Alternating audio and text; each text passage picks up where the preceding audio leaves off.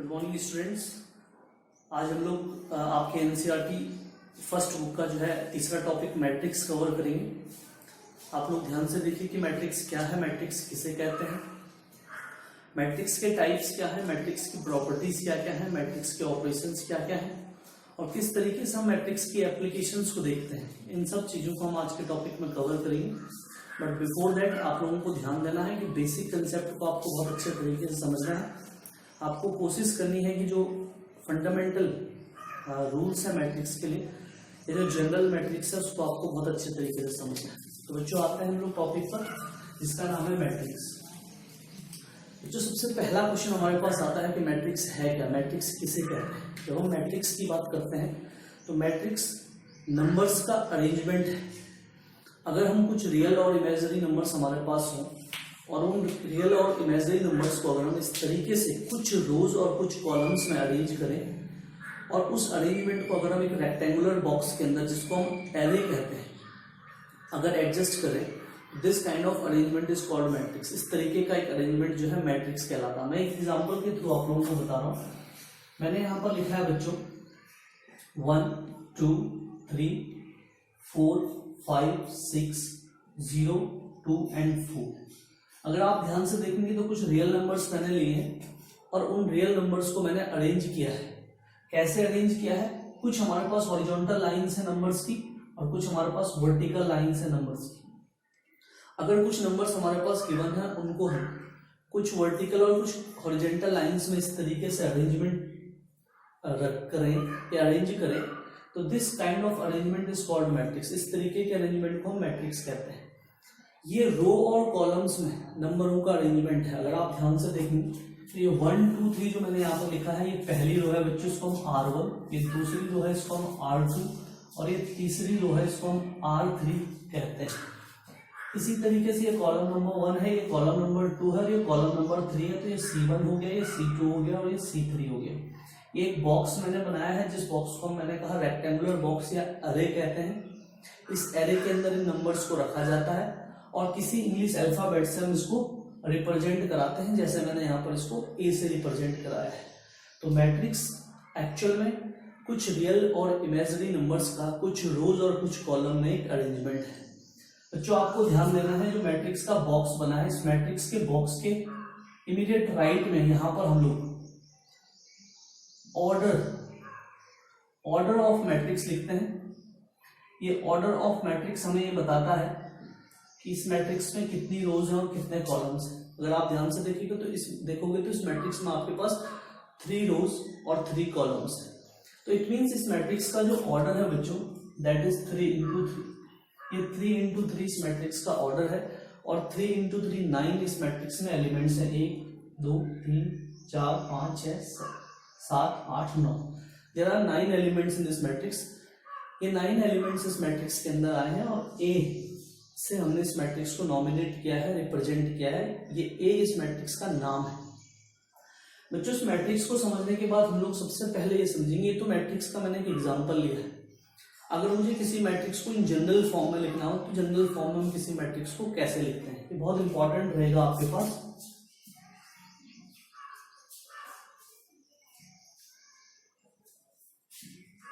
किसी मैट्रिक्स की जो जनरल फॉर्म होगी वो किस तरीके से रिप्रेजेंट होगी, किस तरीके से दिखाई जाएगी। जनरल फॉर्म का मतलब आप जानते हैं कि जब भी हम किसी भी मैट्रिक्स को लिखेंगे तो जिस फॉर्म में उस मैट्रिक्स को लिखा जाएगा that is called general form. उसको हम कहते हैं general form of a matrix. आपको ध्यान रखना है कि किसी मैट्रिक्स को हम AIJ से रिप्रेजेंट करते हैं। ये इसका जनरल फॉर्म है बच्चों। इस तरीके से इस बॉक्स में इसको मैंने रखा और बाहर से इसका एक जनरल ऑर्डर मैंने लिख दिया है और इस मैट्रिक्स के जो एलिमेंट्स होते हैं उसको हम AIJ, ये एलिमेंट्स को रिप्रेजेंट करता है जनरल। मैट्रिक्स के जनरल एलिमेंट्स को रिप्रेजेंट कर रहा है। अब आपको इस चीज को बहुत ध्यान से समझना है कि किस तरीके से ये जनरल फॉर्म है।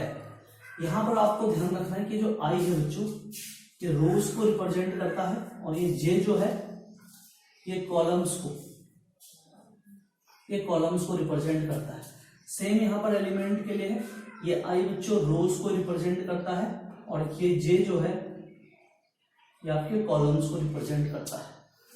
अब अगर जनरल मैट्रिक्स इस तरीके से लिखा जाता है या लिखा जा रहा है तो किस तरीके से हम इस जनरल मैट्रिक्स और इस गिवन एग्जांपल को रिलेट कराएंगे।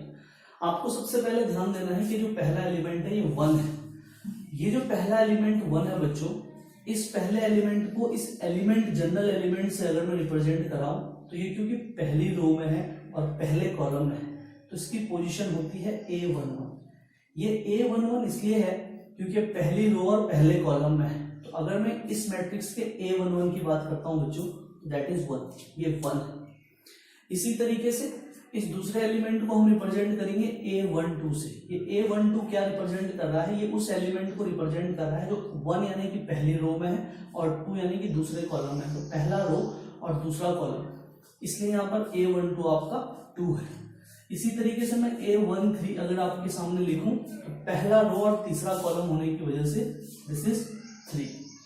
सिमिलरली बच्चों A21 को हम लेंगे, दूसरी रो और पहला कॉलम तो ये हो गया आपका 4। A22 को जब मैं लिखता हूं तो दूसरा रो और दूसरा कॉलम दिस इज 5।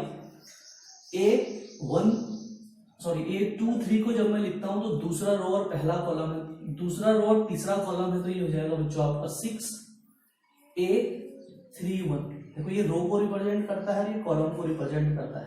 तो इट मींस मैं तीसरी रो में हूं और पहले कॉलम में हूं, तो तीसरी रो और पहला कॉलम जो है वो A31 को रिप्रेजेंट करता है और यहाँ पर A31 0 है।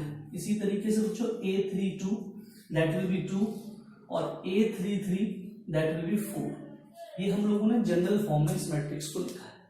अब अगर order of the matrix 3 into 3 किसी भी ऑर्डर का मैट्रिक्स हो सकता है, तो इसको जनरलाइज करने के लिए हम इसको इस तरीके से लिखेंगे A11 A12 A13 A21 A22 A23 A31 A32 and A33। ये आपके पास जनरल फॉर्म ऑफ मैट्रिक्स।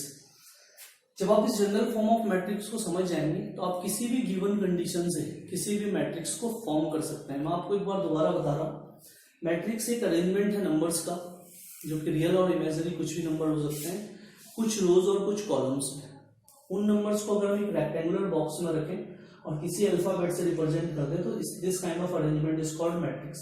इस तरीके के अरेंजमेंट को हम मैट्रिक्स कहते हैं। मैट्रिक्स के इमीडिएट राइट में मैट्रिक्स का ऑर्डर लिखा जाता है। जब हम मैट्रिक्स का ऑर्डर लिखेंगे तो पहले नंबर ऑफ रोज जो कि यहाँ पर 1 2 3 है और क्रॉस करके फिर नंबर ऑफ कॉलम्स जो कि यहाँ पर 3 है। तो 3 into 3 मैट्रिक्स का ऑर्डर है। मैंने कहा है general form of matrix. General form of matrix, अगर कोई मैट्रिक्स ऐसी है कि जिसके रोज m है और कॉलम n है, उसको हम जनरल मैट्रिक्स कहते हैं। कुछ भी हो सकते हैं और ai जैसे उस मैट्रिक्स को रिप्रेजेंट किया जाता है। ये एलिमेंट्स को रिप्रेजेंट करा लेकिन जनरल फॉर्म है, और इस तरीके से हम हर एलिमेंट की पोजीशन को A11 A12 A13 A21 A22 so on करके दिखा सकते हैं। अब क्वेश्चन हमारे पास आता है कि मैट्रिक्स अगर इस तरीके से रिप्रेजेंट होती है तो इस तरीके से रिप्रेजेंट करने के बाद अगर किसी गिवन डेफिनेशन से हमें मैट्रिक्स बनाना है तो कैसे हम उसको बनाएंगे, फॉर्म करेंगे। आप लोगों को ध्यान से देखना है।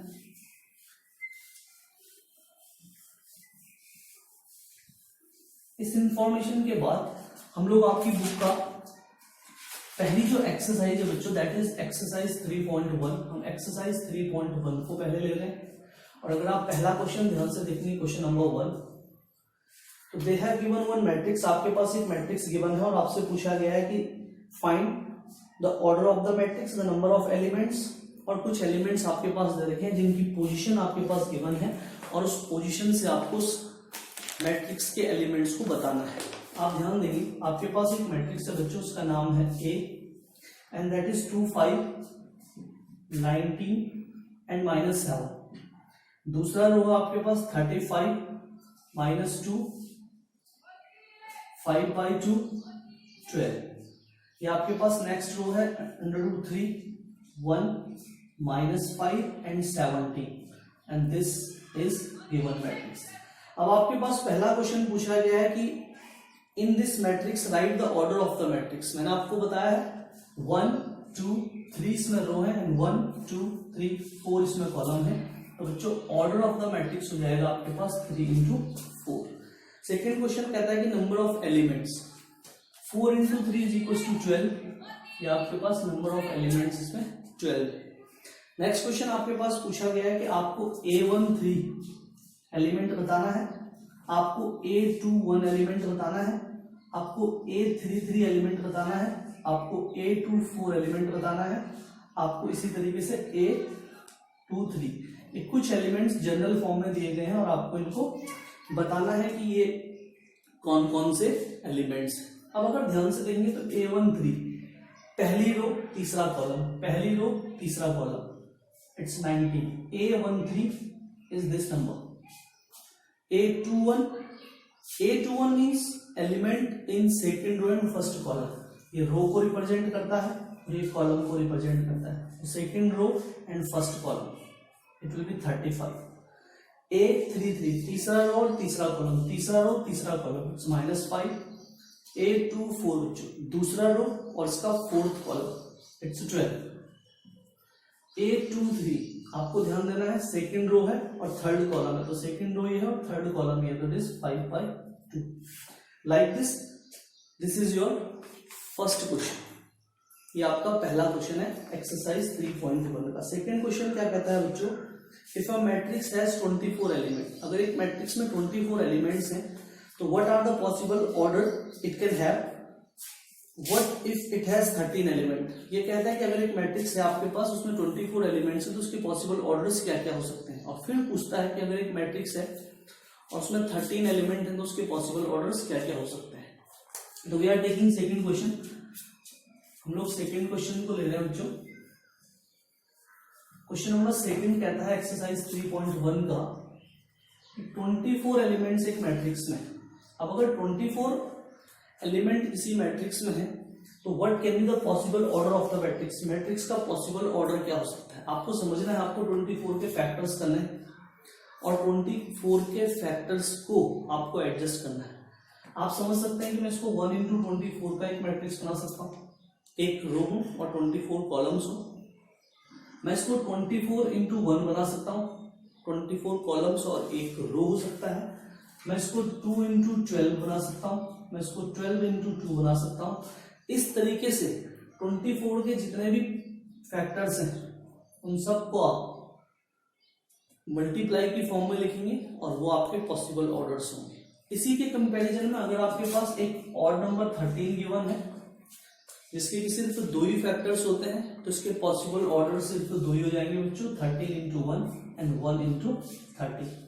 तो इस तरीके से आपसे पूछा गया है कि 24 एलिमेंट्स को किस तरीके से आप एडजस्ट कर सकते हैं और 13 एलिमेंट्स को आप किस तरीके से एडजस्ट कर सकते हैं, कितने ऑर्डर्स का इससे मैट्रिक्स बन सकता है।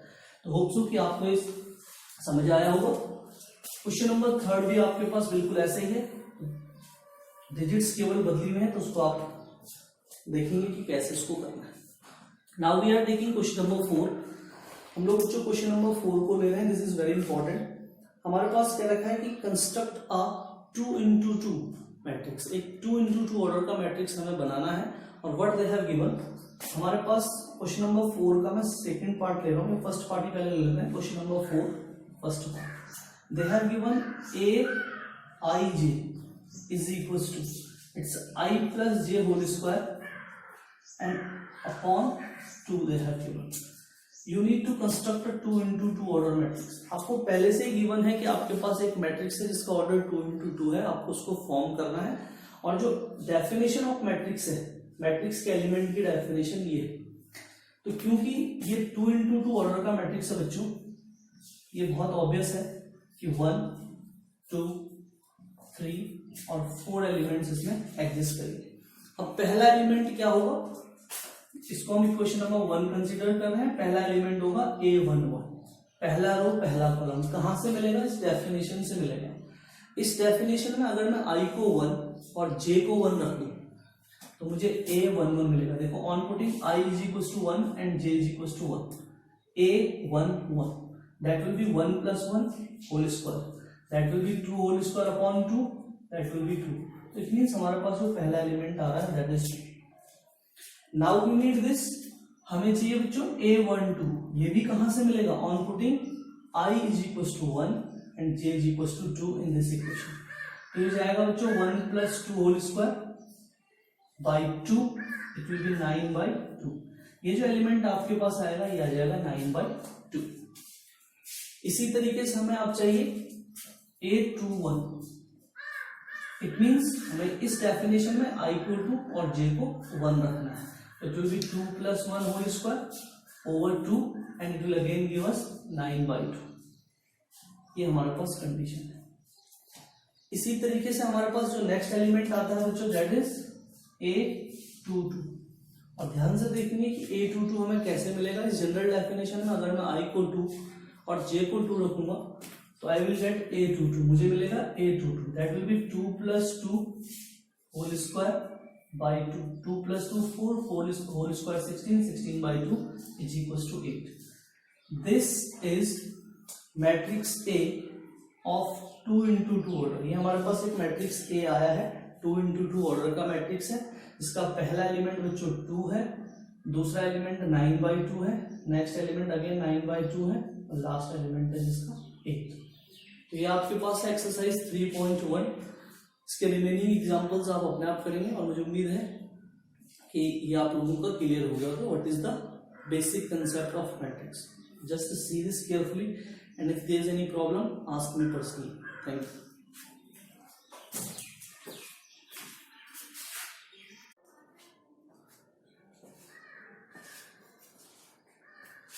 अब हम लोग देखेंगे कि मैट्रिक्स के टाइप्स क्या होते हैं। मैट्रिक्स की बेसिक डेफिनेशन को देखने के बाद अब हम लोग डिस्कस करेंगे टाइप्स ऑफ मैट्रिक्स। मैट्रिक्स बहुत सारे टाइप की होती है और हर टाइप की अपनी डेफिनेशन है, आपको उसे समझना है। बच्चों आते हैं टाइप्स ऑफ मैट्रिक्स पर। हमारे पास जो सबसे पहला मैट्रिक्स है that is called row matrix. नाम से ही क्लियर है कि रो मैट्रिक्स एक ऐसी मैट्रिक्स होगी जिसमें सिर्फ एक रो होगी। A matrix is called row matrix if it has only one row. अगर हमारे पास एक ऐसी मैट्रिक्स है बच्चों, फॉर एग्जांपल ये A है और यहाँ मैंने लिखा है 1, 2 और 3, ये 3 एलिमेंट मैंने इसमें लिखे हैं। अगर आप इस मैट्रिक्स को ध्यान से देखोगे तो नंबर ऑफ रो 1 है और नंबर ऑफ कॉलम 3 है। अगर मैं यहाँ पर इसका ऑर्डर लिखता हूँ तो इसका ऑर्डर है बच्चों 1 × 3। ऐसी मैट्रिक्स जिस मैट्रिक्स में सिर्फ एक रो हो, कॉलम्स कितने भी हों उससे कोई फर्क नहीं पड़ता है। A matrix is called row matrix if it has only one row. Generally row matrix को जब हम बनाते हैं तो एक हॉरिजॉन्टल बॉक्स बनता है एलिमेंट्स का। सेकेंड हमारे पास आता है बच्चों कॉलम मैट्रिक्स। ये भी नाम से ही क्लियर होगा, just opposite of row matrix है। अगर हमारे पास एक मैट्रिक्स गिवन है B और B कुछ इस तरीके से है 5, 6, 7। अगर आप इसका ऑर्डर लिखेंगे बच्चों 1, 2, 3, इसमें नंबर ऑफ रोज 3 है और कॉलम सिर्फ एक है, तो इसका ऑर्डर है 3 × 1। अ matrix is called column matrix if it has only one column. एक मैट्रिक्स को हम कॉलम मैट्रिक्स कहते हैं अगर इसमें नंबर ऑफ कॉलम सिर्फ 1 है। Number next is square matrix. ये बार बार आप लोगों के पास आएगा स्क्वायर मैट्रिक्स, तो just try to understand it very carefully. A matrix is called square matrix. एक मैट्रिक्स को हम स्क्वायर मैट्रिक्स कहते हैं if it has number of row equal to number of columns. अगर किसी मैट्रिक्स में रो और कॉलम बराबर है तो that is called square matrix. For example एक मैट्रिक्स मैंने यहाँ पर लिया बच्चों C 1, 2, 3, 4। नंबर ऑफ रोज 2 है और नंबर ऑफ कॉलम्स भी 2 है, तो C is a square matrix of 2 order. एक मैट्रिक्स और मैंने यहाँ पर लिया बच्चों A 1, 2, 3, 4, 5, 6, 7, 8, 9। अगर आप इस मैट्रिक्स को ध्यान से देखेंगे तो there are 3 rows and 3 columns. It means A is a square matrix of order 3। तो matrix is called square matrix. एक मैट्रिक्स को हम स्क्वायर मैट्रिक्स कहते हैं अगर उस मैट्रिक्स में नंबर ऑफ रोज और नंबर ऑफ कॉलम्स इक्वल है। रेक्टेंगुलर मैट्रिक्स इसका जस्ट अपोजिट होगा। If a matrix is given, अगर हमारे पास एक मैट्रिक्स गिवन है उसमें नंबर ऑफ रो और नंबर ऑफ कॉलम इक्वल नहीं है तो that is called rectangular matrix. मैं रिपीट कर रहा हूं, a matrix is called rectangular matrix if it has number of row not equal to number of column. मुझे इसको बताने की जरूरत नहीं। इसके बाद हमारे पास आता है बच्चों null matrix. This is important. Null matrix नाम से ही पता चल रहा है a matrix is called null matrix if it is a square matrix with all element 0। हमारे पास अगर कोई मैट्रिक्स गिवन है और उस मैट्रिक्स के सारे एलिमेंट जीरो है तो that is called null matrix. और आपको ध्यान रखना है कि नल मैट्रिक्स का जो रिप्रेजेंटेशन है वो फिक्स है। मैंने आपको शुरू में बताया था कि मैट्रिक्स को हम किसी भी अल्फाबेट से दिखा सकते हैं, लेकिन कुछ मैट्रिक्स ऐसी हैं जिनके रिप्रेजेंटेशन फिक्स हैं, उनमें से नल मैट्रिक्स एक है। अगर मैं यहाँ पर लिखता हूँ O is equal to 0 0 0 0, this is null matrix and this is the representation, this is not 0, this is O, this is the representation of null matrix. तो नल मैट्रिक्स को आपको हमेशा O से शो करना है, ये आपको ध्यान रखना है। इसके बाद हमारे पास आता है बच्चों identity matrix. Again this matrix is very important. Identity matrix is always represented by आई।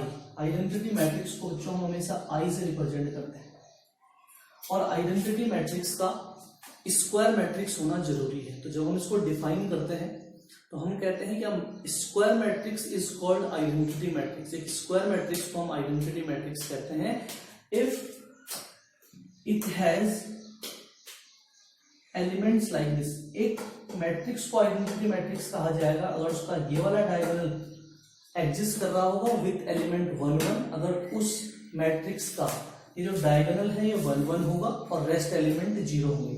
यहाँ पर मैंने ये 2 ऑर्डर का एक आइडेंटिटी मैट्रिक्स बनाया है। अगर मैं 3 ऑर्डर का आइडेंटिटी मैट्रिक्स बनाऊंगा इसको हम I3 और I2 से भी रिप्रेजेंट करते हैं। 2 मीन्स ये 2 ऑर्डर का एक आइडेंटिटी मैट्रिक्स है और 3 मीन्स हम 3 ऑर्डर का एक आइडेंटिटी मैट्रिक्स बना रहे हैं 1 0 0 0 1 0 0 0 1। ये आइडेंटिटी मैट्रिक्स क्यों है? क्योंकि इसका डायगोनल एग्जिस्ट कर रहा है और एग्जिस्ट करने के साथ साथ इसके सारे एलिमेंट 1 है। That's why this is identity matrix, इसलिए आइडेंटिटी मैट्रिक्स है 3 ऑर्डर का। तो आपको समझना है कि नल मैट्रिक्स और आइडेंटिटी मैट्रिक्स स्पेसिफिक मैट्रिक्स हैं जिनके रिप्रेजेंटेशन फिक्स हैं। एक को हम O से और दूसरे को हम I से रिप्रेजेंट करते हैं। This is very important. After this इसके बाद हमारे पास आता है बच्चों डायगोनल मैट्रिक्स।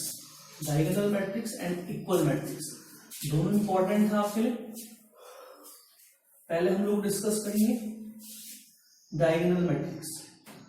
पहले हम लोग डिस्कस कर रहे हैं बच्चों कि क्या होता है डायगोनल मैट्रिक्स। हम डायगोनल मैट्रिक्स का मतलब एक ऐसे मैट्रिक्स है जिस मैट्रिक्स में 2 0 0 0 3 0 5 0 0 एंड 5 हम बात कर रहे हैं diagonal matrix. A matrix is called diagonal matrix. Matrix को हम डायगोनल मैट्रिक्स कहते हैं अगर वो स्क्वायर मैट्रिक्स है और उसका ये डायगोनल एग्जिस्ट कर रहा है और डायगोनल एग्जिस्ट करने के अलावा बाकी सारे एलिमेंट्स 0 हैं। This is called main diagonal. एक डायगोनल ऐसे भी हो रहा है तो this is called main diagonal. A matrix is called diagonal matrix if its condition is like this कि matrix is square matrix and main diagonal exist and rest elements are 0।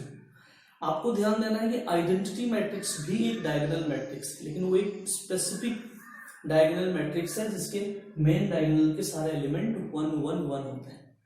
लेकिन diagonal matrix में वो elements कुछ भी हो सकते हैं। This is very important. What is diagonal matrix. इसके बाद हमारे पास आता है बच्चों इंपॉर्टेंट पॉइंट है equality of matrix. This is important. इस पर बेस आपके पास आपकी एक्सरसाइज में क्वेश्चंस हैं। इक्वलिटी ऑफ मैट्रिक्स कब हम कहेंगे कि दो मैट्रिक्स इक्वल है? This is called equality of matrix. There are 2 conditions. Number 1 order should be same.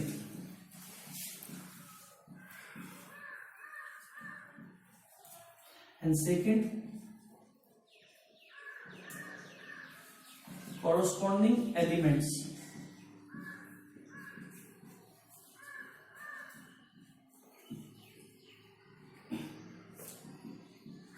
should be same। आपको ध्यान देना है बच्चों कि कब हम कहेंगे कि दो मैट्रिक्स इक्वल है। दो मैट्रिक्स अगर इक्वल हैं तो 2 शर्तों को हमेशा फॉलो करेंगी। Number 1 excuse me their order should be same, उनका ऑर्डर सेम होना चाहिए। And number 2 their corresponding elements should be same। For example मैंने एक मैट्रिक्स लिया है 2 3 4 5। आप ध्यान से देखेंगे 2 into 2 ऑर्डर का एक मैट्रिक्स है और एक और मैट्रिक्स मैंने लिया है 2 3 4 5। इसका ऑर्डर भी 2 into 2 है। For example this is C and this is D. अगर आप ध्यान से देखेंगे तो मैट्रिक्स सी का ऑर्डर मैट्रिक्स डी के ऑर्डर के बराबर है, और क्रॉसपोंडिंग एलिमेंट्स मींस A11 इसका A11 बराबर है, A12 इसका A12 बराबर है A21, और इसका A21 बराबर है A22, और इसका A22 बराबर है। This is called corresponding equality of corresponding elements. अगर ऐसा है तो it means C is equal to D। इसका मतलब C और D आपस में इक्वल हैं। किस तरीके का क्वेश्चन इक्वलिटी ऑफ मैट्रिक्स पर आपके पास दिया है, दिया रहता है या आता है, विल जस्ट सी।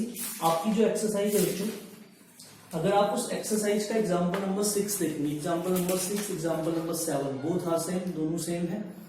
आपके पास दोनों क्वेश्चंस इक्वलिटी ऑफ मैट्रिक्स पर बेस है। मैं आप लोगों को बता रहा हूं, हम लोगों ने देखा कि दो मैट्रिक्स कब आपस में इक्वल होते हैं। Now we will see questions based on equality of matrix. But they have given exercise 3.1 question number 6, find the value of x, y and z from the following equations. They have given you one equation 4 3 x 5। Equation matrix की form में है, is equal to it's y z and 1 5।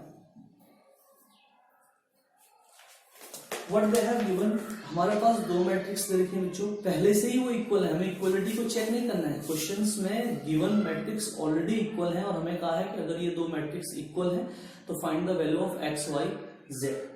अगर ये दोनों matrix equal है तो इनका order बराबर होना चाहिए, वो ऑब्वियस है क्योंकि इन्होंने दिया है कि इक्वल है, और ऑर्डर बराबर होने के साथ साथ क्रॉसपोंडिंग एलिमेंट्स भी इक्वल होने चाहिए। तो it means x should be equal to 1, value of x is 1 in this question. y should be equal to this element, so it means y is equals to 4, and z should be equal to this, it means z is equals to 3। तो अगर दो matrix आपस में equal है तो like this हम corresponding elements को equal रखकर वहां से वेरिएबल्स का जो भी वैल्यू आ रहा है उसको निकाल सकते हैं। अगर आप लोग ध्यान देंगे बच्चों तो जो नेक्स्ट क्वेश्चन है इक्वलिटी ऑफ मैट्रिक्स पर बेस है। आपके पास दो मैट्रिक्स इक्वल दे रखे हैं, बहुत ही सिंपल क्वेश्चन था। वहां जो नेक्स्ट टू क्वेश्चंस हैं वहां आपको क्रॉसपोंडिंग एलिमेंट्स को इक्वल रखकर इक्वेशंस फॉर्म करनी है, और इक्वेशंस फॉर्म करके उन्हें सॉल्व करेंगे और वहां से हम वेरिएबल का वैल्यू निकालेंगे। This is the end of exercise 3.1। ये आपके पास मैट्रिक्स का पहला एक्सरसाइज है। आप इस वीडियो को ध्यान से देखिए और समझने की कोशिश करिए कि मैट्रिक्स क्या है, कैसे हम मैट्रिक्स को बेसिक तरीके से समझते हैं, और किस तरीके से हम मैट्रिक्स को फॉर्म करेंगे, क्या उसके टाइप्स। नेक्स्ट वीडियो में हम देखेंगे मैट्रिक्स की प्रॉपर्टीज क्या क्या हैं, और मैट्रिक्स पर लगने वाले ऑपरेशंस क्या क्या हैं, और उस पर बेस एक्सरसाइज को हम सॉल्व करेंगे।